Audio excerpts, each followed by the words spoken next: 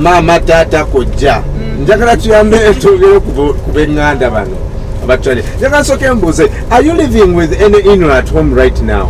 Yeah. Yes. Share your experience, please. How have you found them so far? Actually, me, njagala exposing my in-law kubanga up to now we are not in good terms. Tenga yadda kutata wange. But when mulaba, it's like I've seen my worst enemy in life. Right. Why? Yeah, my uncle. Because in Uganda I'm supposed to call him dad. But we don't channel at any time. What this man could do, ngagenda ebwa ise. My mom has a friend there. Friend we Taylor. Kati no labia dadra how the things are not channeling. Ovo tieno nogena nogamba oli mukwano ga mama. Nti nkubulire oyo mwana situation jatuseeko oba nefufa jajiri oba amazzi ajja kugalya, but her dad will never give her anything. Kati kankubuze, what we are asking right now is how have you dealt with such a person? How do you confront them? Have you confronted them? No, what I've resorted to keeping quiet. When you keep quiet, you can't regret. No, now I sleep with my brand, but he comes there. No, when he comes there, we don't channel. If he enters, I only open the gate, I do my stuffs. Right. Thank you for sharing that story. Thank you, it's very clever. But I just pray that people really shouldn't spoil their the girls or the daughters' future. Let them, because we girls, we also want to attain the education like boys do. Right. Right. That's very good. Thank you for sharing your story. No, there's a very big problem with in-laws. Yes. For example, when you marry, also with women, when you marry, my mother loves me as her son. This one loves me as her husband. I love her as my wife. But when it comes to your house, she begins limiting. She wants to own you, only you. Some women want to own you. They don't want any other person to come and interfere with their love. And the mother also wants, your mother wants you also. You see the challenge? Right. And I've seen this in Uganda. I've been in Uganda here for some time. So I came to Kampala. I've seen this in Uganda. They don't tolerate in-laws and all that. But for us, you can marry. For us, me, I'm from Tororo. Right. Yeah. But you know, some of you can say it's a job. I'm not a job. I'm an Etasan. Yes. So for us, you can stay with your in-law. You can stay with the mother-in-law. You can stay with the brother-in-law. You can stay with the sister-in-law. You know, it's normal. Are you a Christian? Yes, I'm a Christian. You know what the Bible says about marriage? A man will leave his home, go and start a family with the does woman. Not mean that you should hate the other people. No, there's not hating, but I wouldn't. Even if I was your wife, I don't want to stay in your house with your mother. The Bible says that not staying in the house. The mother comes to your house to visit you. Your mother. How often? Does not matter. It matters. If your mother, she's a neighbor, she's coming every day. If you have left a village and have come to Kampala and I've left only my mother at home and there's nobody taking care of her, I can bring her to stay with me. No. Yes. No. I can bring her. Because that's what I'm saying. In Buganda here it's very rare, but for us, I think my statement was very clear. But for us, you can stay. And you know, after some time, and omukyala akusubira olema kuleeta ab'enganda waka naye ate abakyala abamu beesanga basinga okusomba ab'enganda ne bateeke waka osanzeemu buzibu ki sofa ng'oli mufumbo odirinza otya n'ab'enganda? The issue is worldwide. And by in-laws. Now, yeah, this thing is, me, I think, a man or a woman who would be confused about his or her in-laws. Avena taina backbone. We are faced with several problems in life.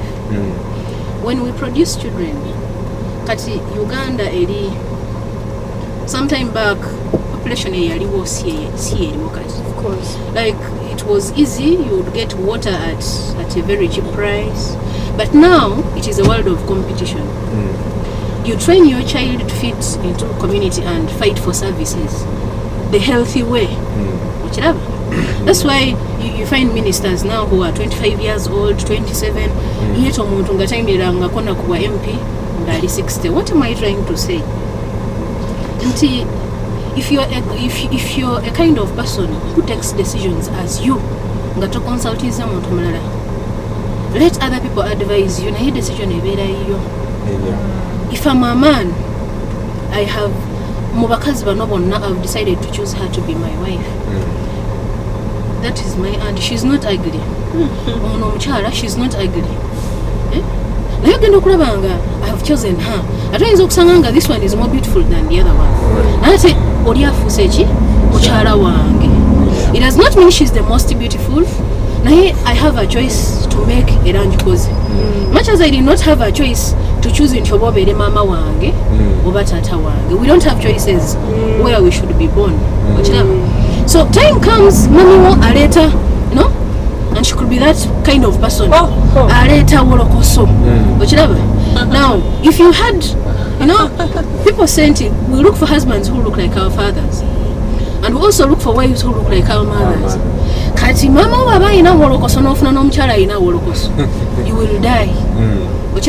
You'll just ojakubira ngoli confused bagambe bamuloga bam. Naye nga toyinako nachogoberera like a hub neshimu. Right. Let mommy bring stuff. Mugambe mommy owulidde. I have heard. Ochiraba. You may not be so direct, mommy angambye bino. No. Try to find out from the other side. Olabe what it is. Weigh sides. And if you talk to people, osobola okumanya omuntu oba alimba oba the time you have stayed with your mother obeera omumanyi. And the time no studyinga bulungi mukyala wo oba omwami wo naye oba osobola okumutegeera. And oyinza okufindinga nti oli alimba, but you may not take ate lugambo the other side nti babadde balimba. Just try to find a way of creating harmony. Okola ki woba ng'oliye just naturally muntu muzibu wa kudiringa naye tubamanyi banna nga newali okwana mukyala wo ng'omanyi nti maama oyo si mwangu. Omuntu kasitanga obanga olina amagezi gwe togaana oli byaggamba okkiriza n'owuliriza byaggamba. Kati mbyagamba oteeka okusensinga n'ogaa nti ndi muntu mukulu osengejja ndi muntu mukulu.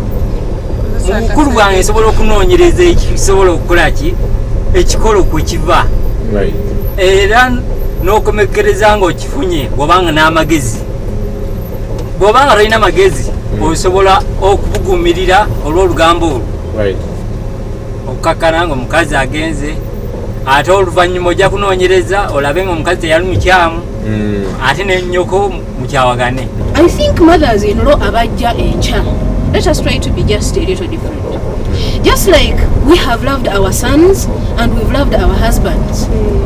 Kati bwetufuna those in-laws, let us try to practice that. Ojjukira mu ngabo wali oyagala abaana n'omwami. Try to love this girl.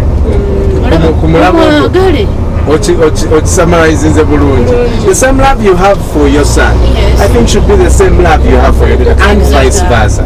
And I think that way marriages will sustain, families will go on well. We asked you on Facebook what you think about this, and Namatovu Sarah says confrontation is not the solution. Sometimes, because in-laws are like adding fuel to the fire. So silence works sometimes because it's hard to be ignored than confronted.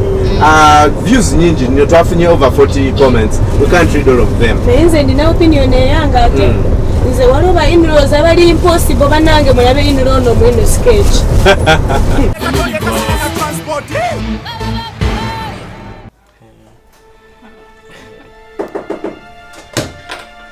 Choka you guys. Choka my brother. I knew you guys would be here. My brother, this early. I went through the sitting room.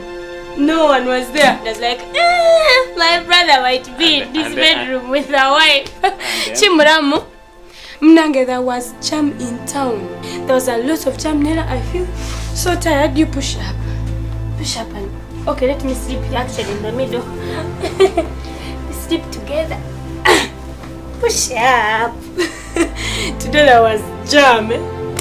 At some point there were no taxis.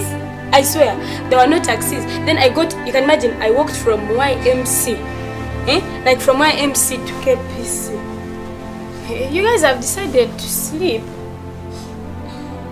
Muram, why are you guys sleeping?